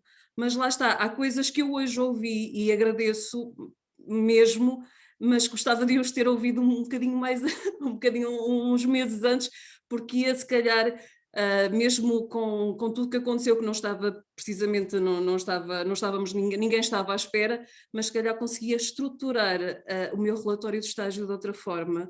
O recurso, por exemplo, quando a professora falou no, peço desculpa, Largo do Torol, é isso, que é em Guimarães. Sim. Eu estou São precisamente a fotografias. Sim, eu Mas estou onde é que está, em que escola é que está a fazer o estágio, em que eu estou em localidade? Vila Real. Em Vila Real, pronto, Sim, aqui é perto de Guimarães. sim. E neste momento, Não, mas tem materiais e tem recursos, e às tem vezes não museus há, também. e museus, exatamente. Mas lá está, tudo que a professora falou, eu tentei ir de encontro precisamente a isso tudo, só que o Covid estragou-me completamente. A manipulação, o problema é a manipulação dos Exatamente. objetos, não é? Porque eu tinha a ideia de levar precisamente os alunos a visitarem os dois museus, temos o Museu de Arqueologia e o Museu de Numismática, Exatamente. e tinha a ideia precisamente de levar os alunos para que eles tivessem o contacto direto com os materiais. Mas vou ter que reinventar todo o relatório e tentar ver uma solução. Vai adaptar, mas pensa assim, em termos futuros, não é? Com estas ideias e com as que vai adequar, não é? Sim. Por Temos isso... que pensar, ou isto, como eu referi, isto foi uma viagem no tempo, no meu percurso profissional e, não é? E na própria história da escola e do museu. Ou seja, eu também fui aprendendo, fui alterando, recuei várias vezes em várias iniciativas, não é? Por exemplo, a pandemia fez um stand-by no Clube Património, havia atividades que eu fazia, deixei de fazer, não é? Mas há que ter esperança, que as coisas melhoram, não é? Houve uma altura que não consegui fazer uma única visita, uma única saída, e não foi pela pandemia, foi por motivos financeiros as próprias imposições do Ministério, não é? Nós já passamos vários reveses em termos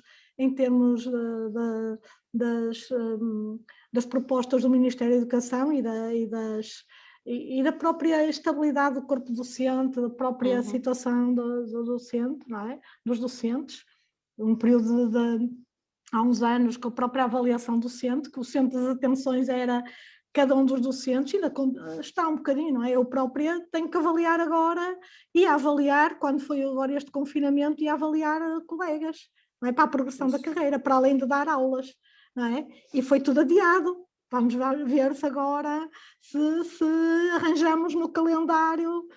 Tem que se adaptar tudo. Quando se faz com gosto e com vontade, tudo se readapta.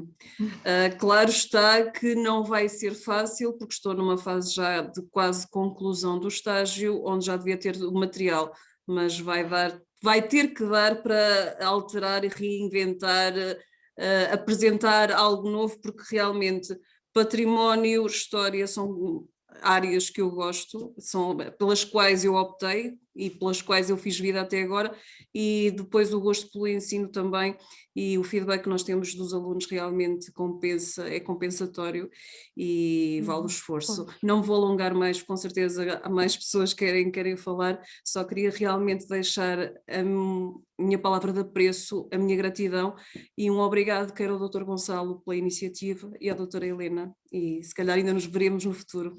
E agradeço então por tudo. Claro. Obrigada, boa tarde. Obrigado a nós, Sandra, e as maiores felicidades para si, e ainda bem, olha, um bocadinho mais tarde, mas ainda bem que este seminário veio de encontro às suas expectativas e necessidades, e ficamos muito contentes com isso. Muito obrigada. Mais questões para a doutora Helena Pinto?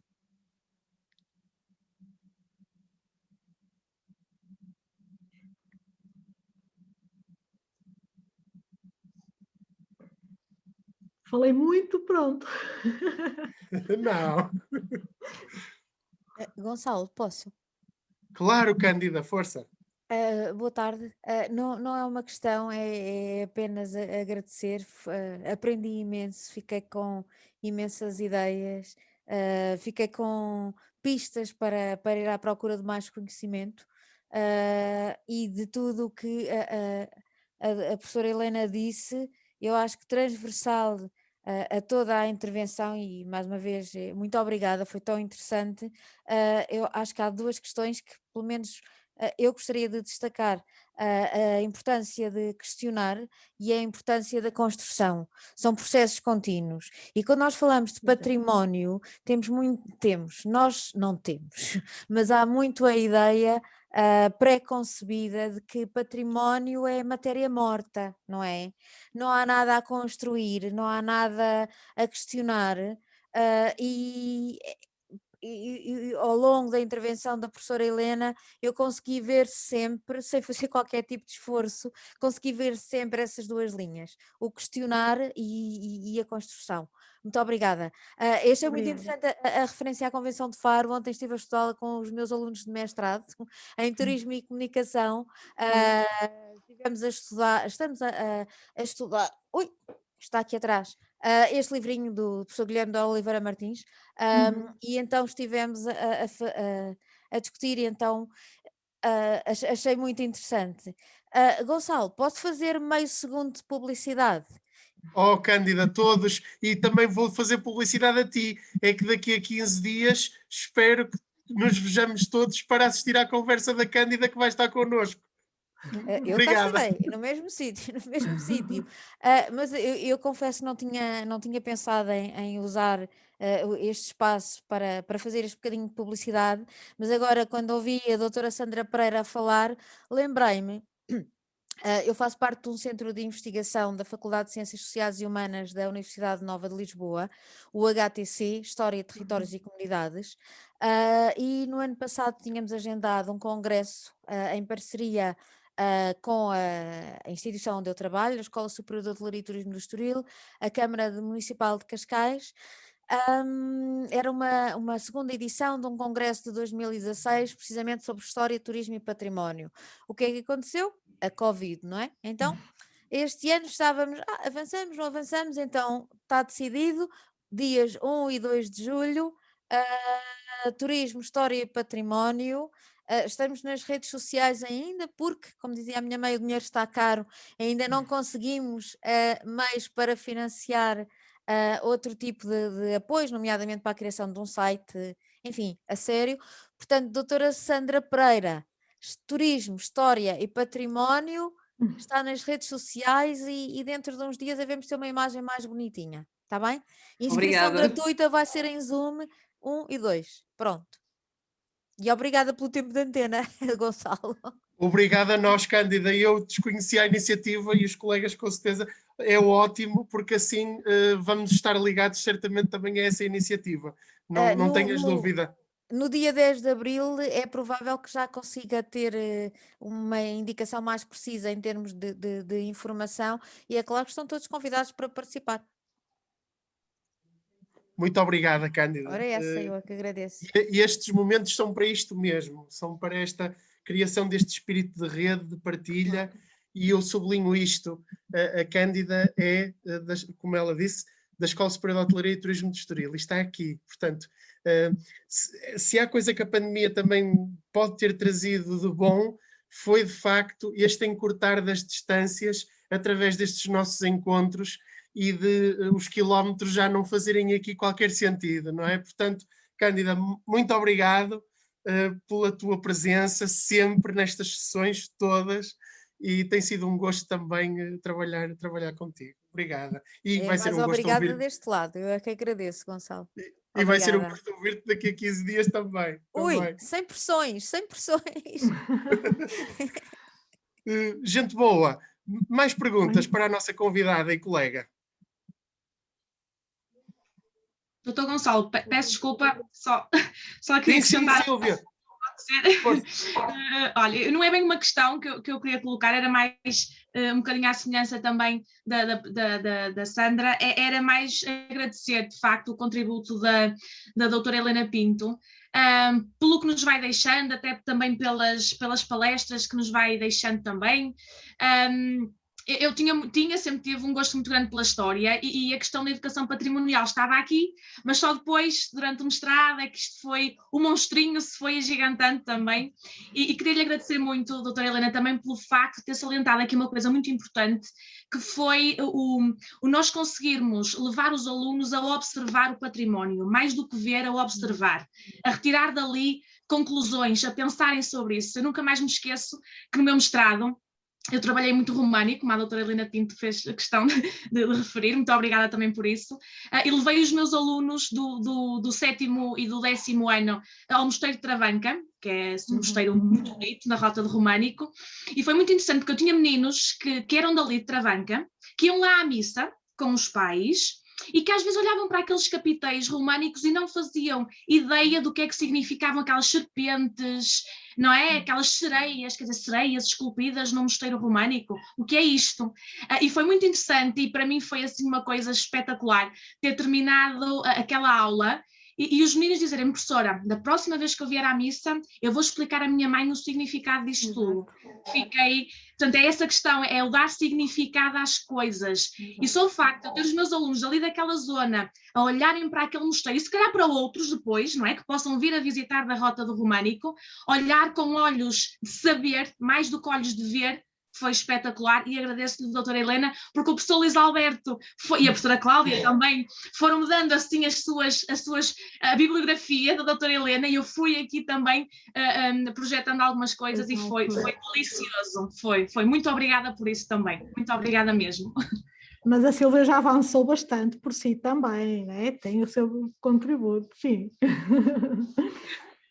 Obrigada, doutora Helena, obrigada mesmo. Tem sim, senhor, e um dia destes arrisca-se a ser também, cara Sílvia, convidada para partilhar connosco o seu trabalho. Muito obrigada, doutor Gonçalo, seria um gosto. E já agora, doutor Gonçalo, deixe-me dizer que eu volta e meia também o vejo, agora nem tanto, não é por causa da Covid, em palestras, o seu entusiasmo quando fala é incrível, dá gosto mesmo ouvi-lo, obrigada mesmo também por isso, porque história também, e mesmo quem o ouve, não é? É preciso ter aquele gosto e nota-se que o doutor Gonçalo também gosta muito do que faz. Muito obrigada também por isso.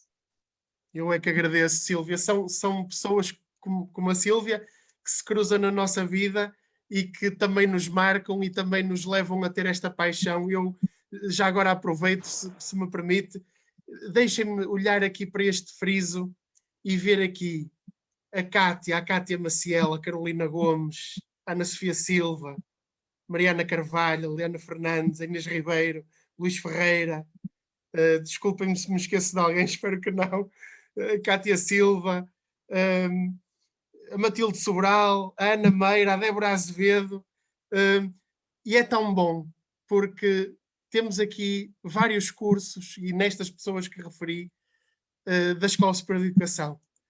E, portanto, é sinal que há um interesse também pela área da educação patrimonial e eles também ouvem nas aulas falar da doutora Helena Pinto. A doutora Helena Pinto é tão só uma das maiores especialistas europeias na área da educação patrimonial. Eu queria sublinhar isto. Ela está nas redes internacionais mais importantes, na ERNET, nas redes ibéricas, está nos congressos internacionais de educação patrimonial, está a trabalhar no terreno, nas escolas, todos os dias, com as dificuldades próprias também. E eu queria vos dizer, é com profissionais como ela que nós temos muito a aprender. E por isso, Maria Helena, obrigada. E eu não podia corroborar mais das palavras que a Sílvia aqui disse e outros colegas. E deixa-me partilhar também contigo, houve uma colega que teve que sair, Ana Beatriz Acorsi, brasileira, que diz o seguinte: contribuições muito ricas no evento.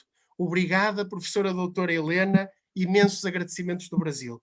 A colega não quis intervir, mas pronto, não podia deixar aqui de partilhar esta intervenção que foi registada no bate-papo também. E realmente o Brasil tem sido um parceiro imenso nesta área de educação patrimonial. Eu há bocado esqueci-me de referir, já agora aproveito, para além da Clotilde Avelar, algumas contribuições, algumas palestras têm feito, nomeadamente a professora Conceição Silva na Universidade de Goiás. Tem sido incrível, já mesmo durante o verão, algumas palestras que fizemos no âmbito da ligação entre a história e o património.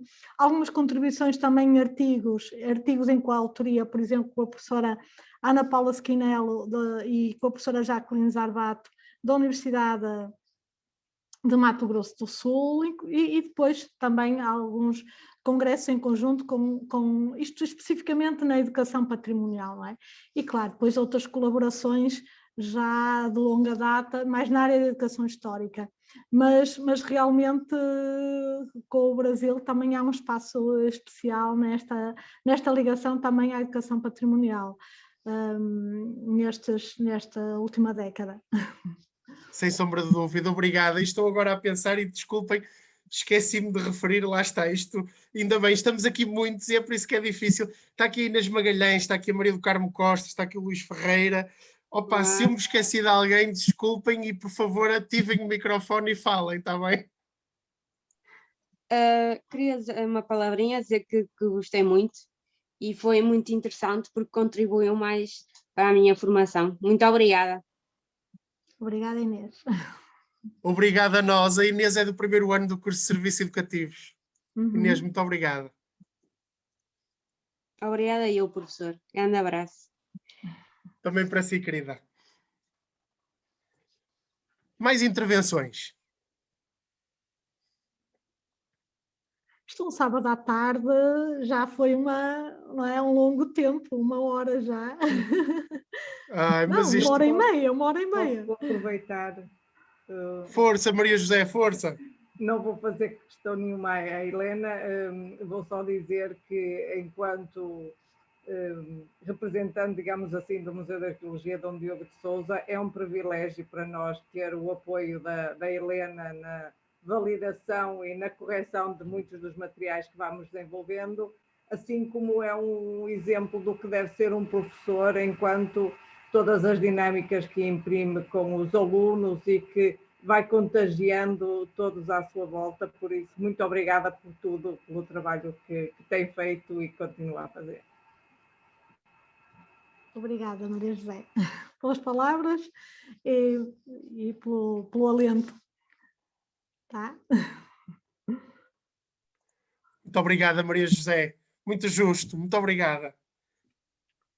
Eu não sei se mais alguém quer intervir.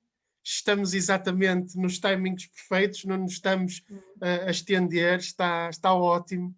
Mas eu fico aqui mais tempo, com gosto.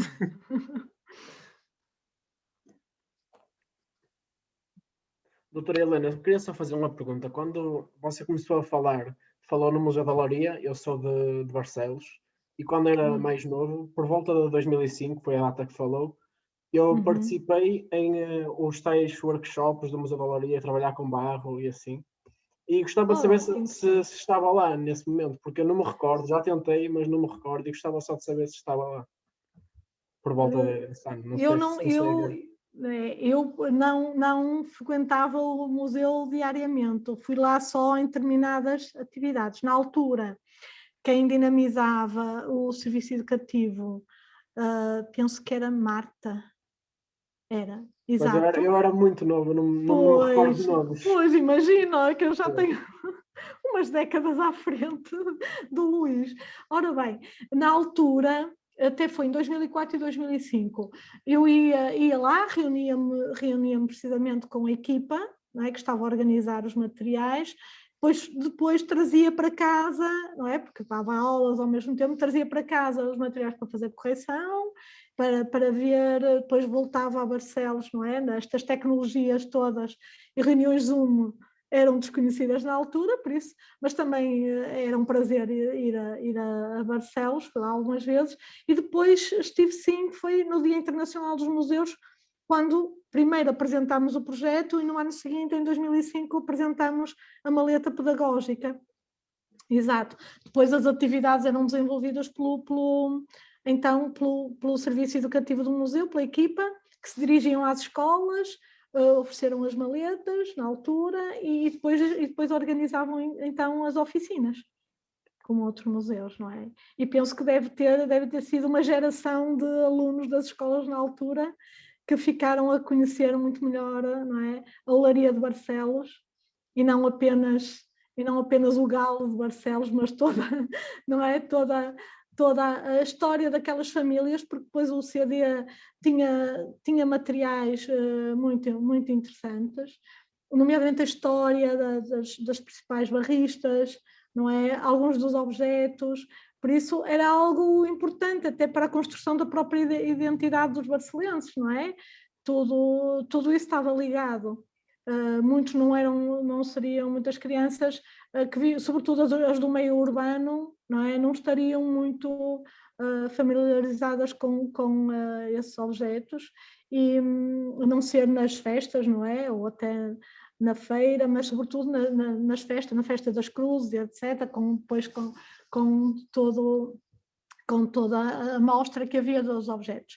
E penso que foi um projeto interessante, e na altura o museu concorreu e teve esse apoio, e foi um projeto realmente interessante. Hoje em dia consegue-se fazer isso muito através das redes sociais, essa divulgação hoje em dia está facilitada, não é? Pelas redes sociais, pela página do museu que pode ter os materiais. Sim, também tem coisas muito importantes. O site do museu tem coisas muito interessantes. Que eu realizei um trabalho no ano passado, também para uma cadeira do professor Gonçalo, que falei sobre o Museu da Olaria, e foi uma fonte muito interessante, o site do museu. Pois, exato, e não só o próprio museu, mas o próprio museu ser um veículo de ligação com outras instituições, porque muitas vezes, até porque o próprio município, não é? Ou então a própria página do município ter links que ligam, que permitem depois consultar as páginas dos museus, isso é fundamental, não é? Porque assim como ligação às páginas das escolas, muitas vezes não se faz ideia de toda a dinâmica que as escolas têm a nível local, e as pessoas, quando às vezes há uma divulgação feita pelo próprio município, as pessoas estranham, não é? Então fizeram isso. Por exemplo, este projeto que eu falei, Pergunta ao Tempo, foi uma iniciativa começada pela Casa da Memória, mas quem estava por trás era o município. Mas isto implicou depois uma interação muito grande com o município e com as próprias famílias. Porquê? Porque depois o município teve que apoiar a vinda desses grupos de todas as freguesias do concelho a visitar a exposição. Mas depois, ao fim de semana, iam os familiares com os meninos, não é? Ou seja, isto implicou depois uma dinâmica muito interessante de visitas ao local. Porquê? Porque as crianças foram e ficaram contentes de ver os objetos da sua família lá, mas depois levam a família, não é, para ver, mas depois vêm também os dos outros que estão aí expostos. E essa dinâmica, por isso esta interação e das redes intermunicipais, etc., ou mesmo as redes intermunicipais, são fundamentais para dinamizar. E hoje em dia nós temos isso muito facilitado, é uma questão às vezes de boa vontade. E pronto. Eu sei que o trabalho acumulado é cada vez maior, sobretudo com isto do ensino online. Então, para quem tem muitas turmas, é terrível, chega-se ao fim do dia, está tudo cansado, não é? Mas às vezes uma consulta rápida de uma rede social para a divulgação destas atividades é fundamental, não é? E consegue-se ser visto em vários pontos do país, e o trabalho concretizado. Isso eu refiro também em relação às universidades. Mas, pronto. E este tipo de conversas permitem-nos... Que bom que foi esta partilha, Luís. Muito obrigado pela sua intervenção. Aqui temos um exemplo, Helena, de que o trabalho que fizeste já deu frutos, porque o Luís escolheu o mestrado em Ensino de Português e História. Ou seja, ele está neste momento no primeiro ano, tenho a honra de ser professor dele no primeiro ano, e repara, o trabalho que tu, as equipas com quem trabalhaste, os profissionais que dinamizaram, está aqui o resultado. Ele escolheu este curso no ensino superior, não é? Muito obrigado pela palestra e pela resposta, doutor. Eu também posso ligar um bocadinho a minha experiência Maria. com a do Luís, porque acho que em nome de todos os pós-indentes posso agradecer-lhe pelo trabalho que fez no Castro São Lourenço, que para mim também foi uma grande inspiração também para o meu gosto em História e pelo ensino. Portanto, também lhe agradeço o seu trabalho do fundo do coração. Mas o meu trabalho lá no Castro foi apenas uma colaboração voluntária. Estão aqui pessoas que foram mesmo arqueólogas e que continuam lá a dinamizar, outras já não estão, mas foram lá arqueólogas durante vários anos, esses sim têm lá um papel fundamental. Mas isso não desvaloriza a minha colaboração lá, porque permitiu-me ver com outros olhos o património arqueológico, que se calhar eu não teria, não é?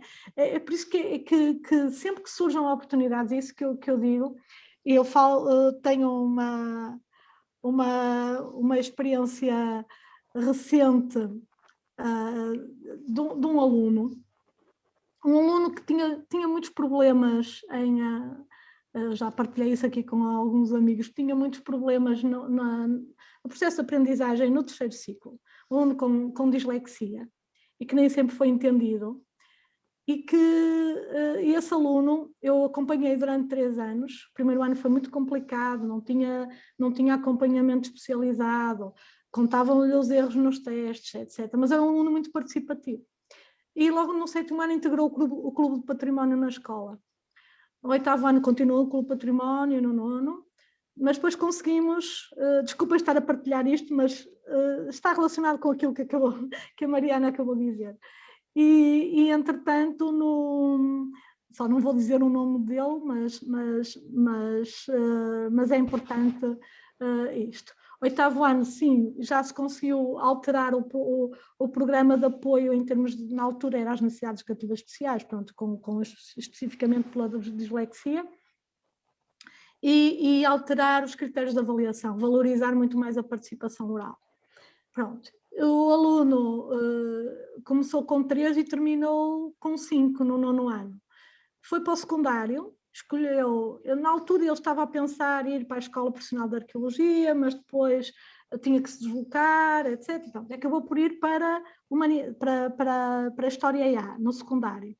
Fez com algumas dificuldades relacionadas também com o próprio método de ensino, ou seja, muito mais teórico, mas chamei a atenção que ele podia, encontrei várias vezes com ele, podia exigir um tipo de ensino muito mais prático, baseado na oralidade, nomeadamente na apresentação de trabalhos, e ele, com o apoio da professora de Educação Especial, que o acompanhou, exigiu isso e acabou por conseguir ter uma boa nota realmente, sobretudo pela apresentação de trabalhos, não é? Oralmente e pela investigação, ele pesquisava, mas nunca largou o gosto pela arqueologia, que ele já dizia no 9º ano que queria seguir.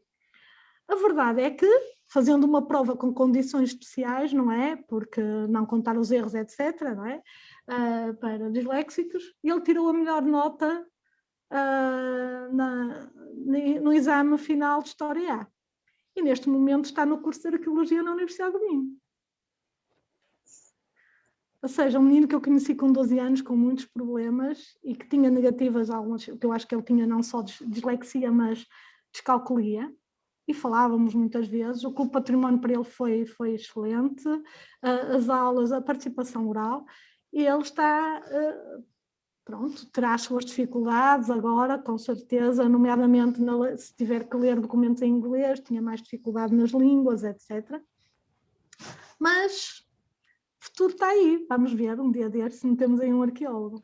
Por isso, nunca desistir, é importante isto, não é? Apesar das dificuldades que possamos ter e dos problemas, sejam eles pandemias, sejam eles circunstâncias específicas do nosso país, dos governos que tenhamos, dos ministérios da cultura e da educação que tenhamos, há que conseguir. Haja saúde para o conseguir. Pronto. E para a frente é o que é o caminho, para o futuro. Sem dúvida. Mariana, muito obrigada também pela sua intervenção. A Mariana é colega do Luís também, nossa aluna do Mestrado de Português e História, e também nela surtiram efeito estas atividades e é muito bom constatar que de facto os grãos lançados à terra germinam e dão frutos, e aqui estão também alguns desses frutos, isso é muito gratificante e acho que é uma boa forma também de nós concluirmos este momento de partilha tão bom que aqui tivemos, tão significativo, tão rico, não é? E de alguém tão generoso como é Maria Helena, e que tenho a felicidade de conhecer há muitos anos, com quem trabalhar e aprender e colaborar, e de facto foi uma tarde extraordinária. Eu queria agradecer muito, Maria Helena, por vires ter connosco, vires aqui ao Instituto Politécnico de Viana do Castelo, uma casa que te quer muito bem e onde és sempre muito bem-vinda. Obrigada, Gonçalo. E obrigada por esta possibilidade de partilha. E terem que me ouvir. Obrigada a nós, com muito gosto. Eu não sei se mais alguém quer fazer alguma intervenção. Professor, gostava de dizer só umas palavrinhas. Diga, Ana Sofia. De alguém que não tinha a história como bons olhos, que sempre viu a história como... Para mim sempre foi a disciplina que... Não era que eu tirasse mais notas, mas não havia com bons olhos. Fugi à história, fui para a área das ciências, mas felizmente cheguei à universidade e tive o privilégio de encontrar o professor Gonçalo, que me fez ver a história com outros olhos, porque eu acredito profundamente que a diferença de um aluno gostar de história ou não está na forma como o professor leciona. E agradeço muito ao professor Gonçalo por agora, e hoje se calhar já é um bocadinho tarde, mas pronto, vamos sempre a tempo, de me fazer ver a história com outros olhos e de fascinar-me por esta área. Agora na unidade curricular deles estou a desenvolver um trabalho sobre património e descobri coisas aqui na minha freguesia, uma freguesia tão pequenina, que estão completamente abandonadas, deixam-me com o bichinho atrás da orelha de procurar mudar isto, não sei como, mas... E também queria agradecer à doutora professora Helena pelas partilhas, se calhar é o recomeço para a minha história, para escrever a minha história na área da história. Exatamente, exatamente. E questionar sempre e procurar sempre mais. Obrigada. Professor, posso dizer um... Claro, Maria do Carmo. Também lhe quero agradecer imenso a si e à professora Helena. Acho que vocês os dois são de facto a personificação do professor que todos desejariam ter. A história de vida que a professora Helena Pinto contou do aluno, ela ensina com alma, tal como o professor Gonçalo ensina com alma, transmite com alma, leva-nos para o outro lado da história, leva-nos lá para dentro. Quase que estamos a viver as situações, as visitas em PowerPoint com o professor Gonçalo, leva-nos lá para dentro. Nós saltamos para o PowerPoint. A sua alma, o amor, a paixão com que fazem, com que o dizem, a atenção que tenham com os alunos, a preocupação que a doutora Helena teve com aquele aluno e que lhe mudou a vida radicalmente, exatamente aquela que o professor tem connosco. Se hoje continuo no curso e ainda não desisti, foi por si, porque não tenho tempo, o trabalhador, portanto, não é fácil, mas de facto acho que despertou em nós o que nós temos de melhor. E cada vez que acho que a turma se empenha mais, porque vamos um bocadinho atrás de si, da paixão com que fez o curso, da paixão com que lá está, e acho que neste momento também lhe devemos isso. E é com todo o gosto que o fazemos, e a professora Helena Pinto, vocês não se devem conhecer por acaso, porque acho que estão aí, as vossas auras são exatamente as mesmas, é muita luz que vem daí. Muito obrigada. Muito obrigada, Ana Sofia, Maria do Carmo. Eu é que tenho a agradecer a vocês e à Maria Helena e a todos os colegas. Eu peço desculpa, estou um bocadinho comovido. Eu agradeço muito aquilo que foi dito. Acreditem que fazemos isto com muito amor e com muita paixão e com muita entrega. Mas só o fazemos porque vos temos a vós e porque vocês puxam por nós e nos fazem exatamente, era o que estava a dizer a Maria Helena, questionar, duvidar, mudar até alguns preconceitos que temos, algumas ideias pré-concebidas. Com vocês aprendemos também muito, muito, e por isso não ponham dúvida, e muito obrigado. Eu agradeço tanto à Ana Sofia como à Maria do Carmo aquilo que disseram. nós aqui estamos sempre para vocês e realmente muito obrigado, muito obrigado. Eu não consigo dizer muito mais. Pronto, está na altura de terminarmos. É isso, exato, exato. Por muito que custe, porque estamos aqui bem, mas certamente haverá outras ocasiões e eu convido desde já para daqui a 15 dias, se puderem, por favor, venham à conversa com a Cândida cada vez, que vai ser muito interessante, sobre o património pós-ferro, digamos assim, partindo também da dissertação de doutoramento excelente da Cândida cada vez, que eu peço que também consultem. Ela, portanto, está muito referenciada também na internet, muito interessante mesmo, e muito obrigado por fazerem estas conversas cada vez mais ricas, e muito obrigado à Maria Helena Pinto. Maria Helena, um grande beijinho, um grande abraço. Bem gostava de te dar presencialmente, mas... Haverá, chegará próximo. Certamente. Obrigada a todos e a todas. Obrigada. Está bem? Até breve. Boa Páscoa a todos. Boa Páscoa, Obrigada. exatamente. Até daqui a 15 dias. Adeus, com licença. Adeus. Obrigada. Com licença.